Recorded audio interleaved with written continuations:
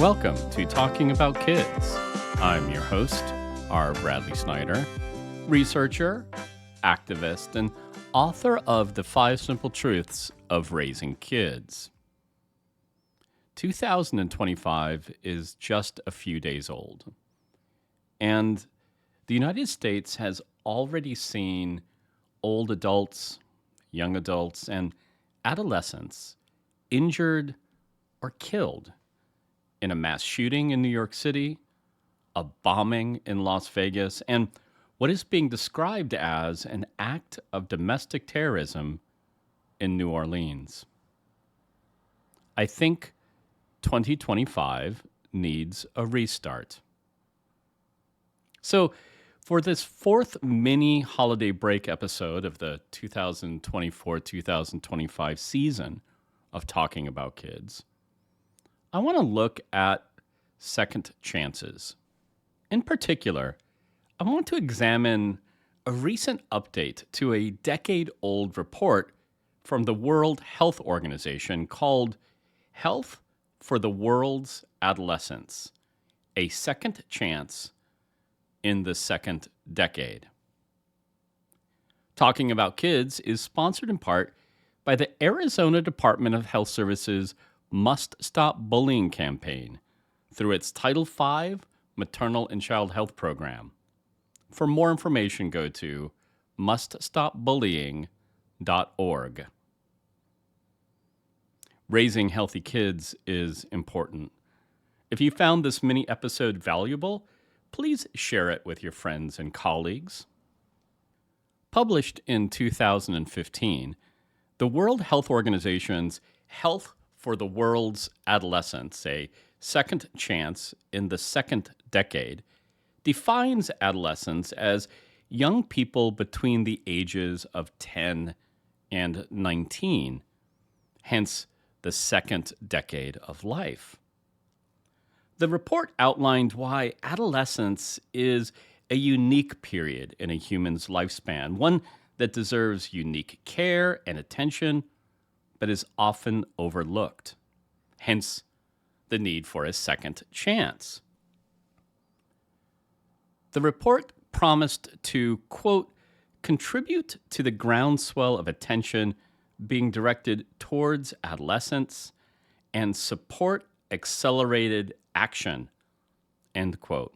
In 2024, the World Health Organization issued an update entitled, and hold on because it's an earful, The Adolescent Health Indicators Recommended by the Global Action for Measurement of Adolescent Health, Guidance for Monitoring Adolescent Health at Country, Regional, and Global Levels.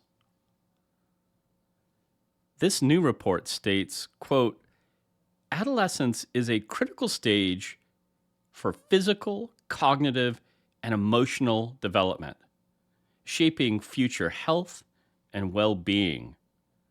Comprehensive measurement of adolescent health is essential to prioritize health issues, guide interventions, and track progress, end quote.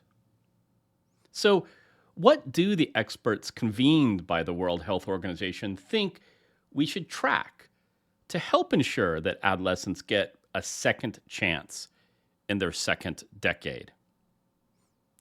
Among the 47 core indicators are measures you might expect, such as measures of poverty and measures of education and measures of victimization.